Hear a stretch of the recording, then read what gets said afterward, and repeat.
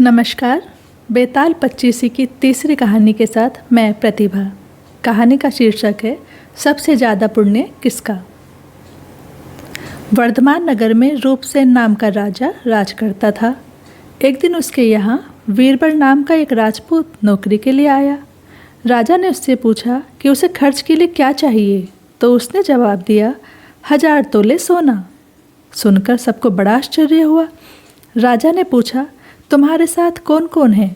उसने जवाब दिया मेरी स्त्री, बेटा और बेटी। राजा को और भी अचंभा हुआ, आखिर 4 जने इतने धन का क्या करेंगे? फिर भी उसने उसकी बात मान ली। उस दिन से वीरबल रोज़ 1000 तोले सोना भंडारे से लेकर अपने घर आता। उसमें से आधा ब्राह्मणों में बांट देता, बाकी के 2 हिस्से करके एक मेहमानों, वैरागियों और सन्यासियों को दे देता और दूसरे से भोजन बनवाकर पहले गरीबों को खिलाता। उसके बाद जो बचता उसे स्त्री, बच्चों को खिलाता और आप खाता। काम यह था कि शाम होते ही ढाल तलवार लेकर राजा के पलंग की चौकीदारी करता। राजा को जब कभी रात को ज़रूरत होती वह हाजिर रहता। एक आधी रात के समय राजा को मरघट की ओर से किसी के रोने की आवाज़ आई।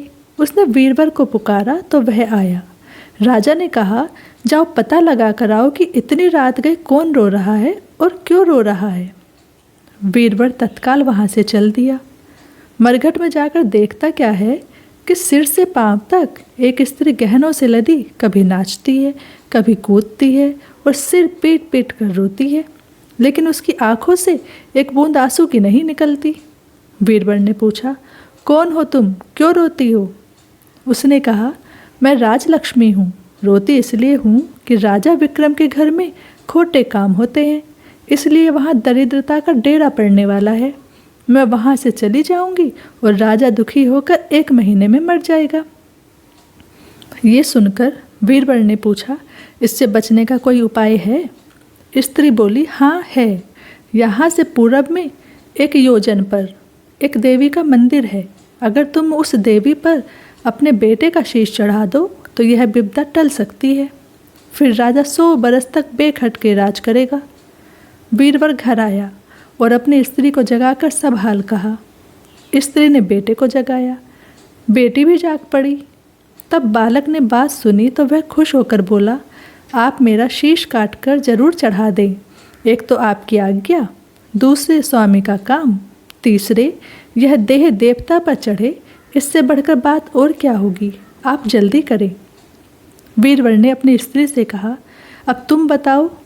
स्त्री बोली स्त्री का धर्म पति की सेवा करने में है।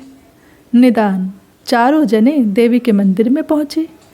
वीरबल ने हाथ जोड़कर कहा हे देवी, मैं अपने बेटे की बलि देता हूँ, मेरे राजा के 100 बरस की उम्र हो। इतना कहकर उसने जोर से खांडा मारा कि लड़के का शीश धड़ से अलग हो गया। भाई का यह हाल देखकर बहन ने भी खांडे से अपना सिर अलग कर डाला। बेटा बेटी चले गए तो दुखी माँ ने भी उन्हीं का रास्ता पकड़ा और अपनी गर्दन काट दी। वीरबल ने सोचा कि घर में कोई नहीं रहा तो मैं जीकर क्या करूँगा। उसने भी अपना सिर काट डाला। राजा को जब यह मालूम हुआ तो वह वहाँ आया। उसे बड़ा दुख हुआ कि उसके लिए 4 प्राणियों की जान चली गई। वह सोचने लगा कि ऐसा राज करने से धिक्कार है। यह सोच उसने तलवार उठा ली और जैसे ही अपना सिर काटने को हुआ कि देवी ने प्रकट होकर उसका हाथ पकड़ लिया। बोली राजन, मैं तेरे साहस से प्रसन्न हूँ, तू जो वर मांगेगा सो दूंगी।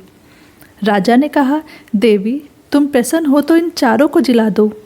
देवी ने अमृत छिड़क कर उन 4 को फिर से जिला दिया। इतना कहकर बेताल बोला राजा बताओ सबसे ज़्यादा पुण्य किसका हुआ? राजा बोला राजा का। बेताल ने पूछा क्यों? राजा ने कहा इसलिए कि स्वामी के लिए चाकर का प्राण देना धर्म है, लेकिन चाकर के लिए राजा का राजपाट को छोड़ जान को तिनके के समान समझकर देने को तैयार हो जाना बहुत बड़ी बात है। यह सुन बेताल फिर से गायब हो गया और पेड़ पर जा लटका। बेचारा राजा दौड़ा दौड़ा वहाँ पहुँचा और फिर से पकड़ कर लाया। तो बेताल ने चौथी कहानी कही।